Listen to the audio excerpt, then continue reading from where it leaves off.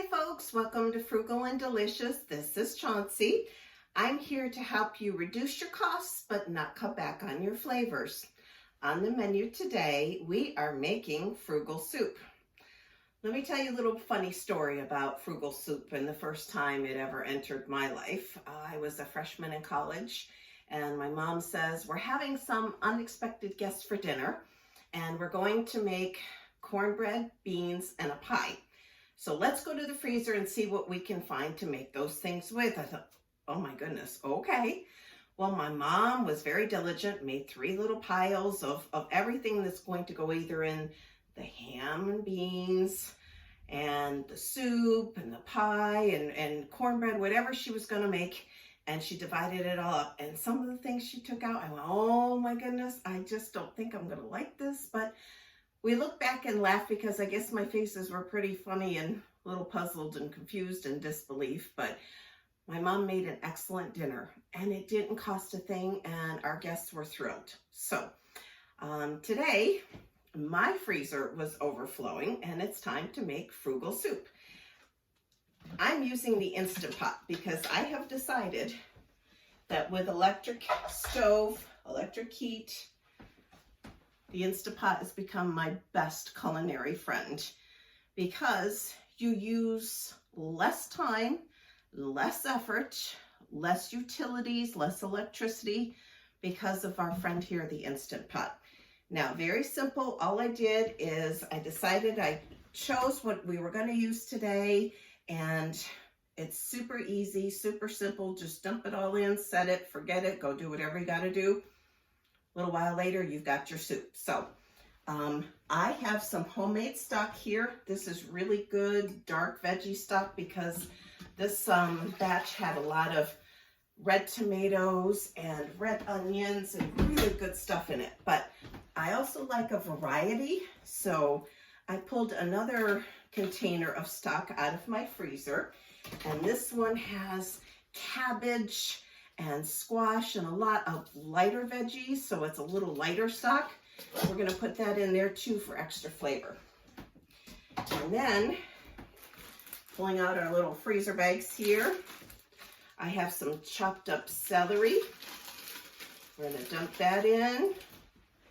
And then I also have a bag of mashed turnips and carrots. My neighbors came to me and said, hey, we've got lots of turnips, come over and pick them. So I did.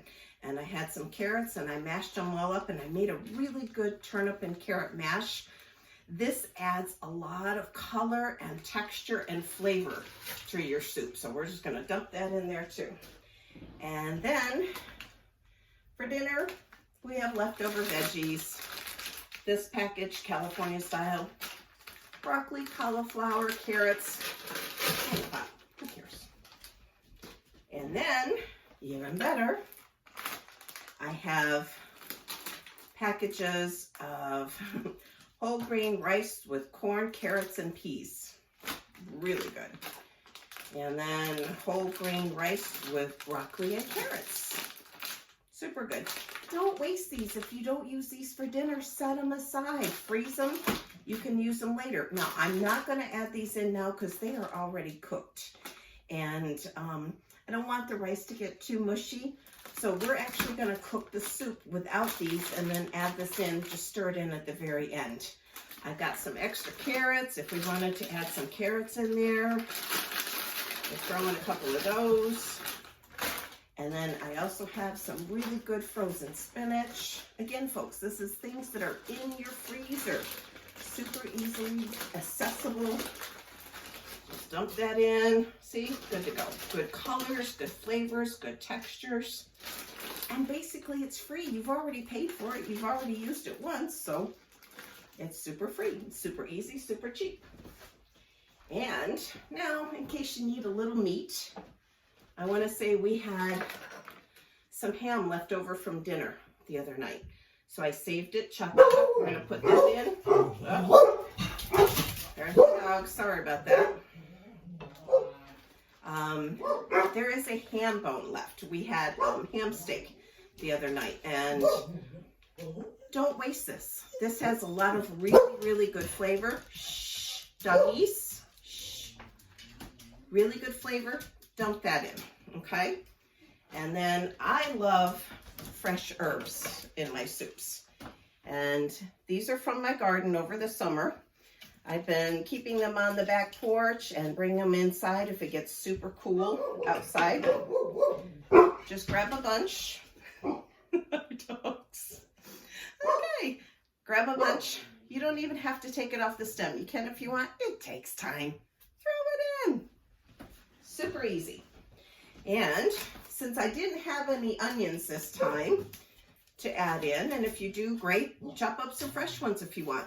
I'm just going to add in these dried onions that you get from the store, because you need onions, carrots, celery, and you need a couple of bay leaves because they add so much flavor. And in case you didn't get enough flavor, here a little extra garlic. Dump it in. Do what you like. I have a preference for some really nice, good, fresh minced garlic. This is easy. And if you're careful where you shop, don't get it in the produce section. Go down the aisles. It's cheaper. Shh. Don't tell them I told you. Let's save money. Just do it. Okay. So we've got all of that there. And I think that's about it.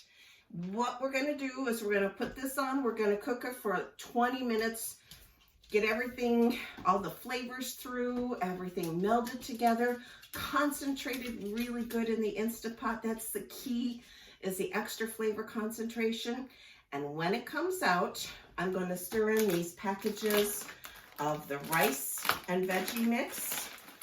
Good flavors. You got your starches, you've got your veggies, you've got your meat in there. And because it is a ham base, we got some ham pieces in there. I also have a little can of evaporated milk. I used most of it from a recipe the other day. It didn't take the whole can, so I saved it, set it aside. Don't add it now because it tends to curdle if it's in there too long. But after the 20 minutes done that you've been cooking the soup, open it up, pour in this nice canned milk, give it a little, creamy flavor, creamy texture and color, and you're good to go. You have a simple, easy meal. It didn't take you any time at all, and it didn't cost you a thing. So really, honest to gosh, folks, take the hints. Make your life frugal and delicious too. Thanks. Have a great day. Bye-bye.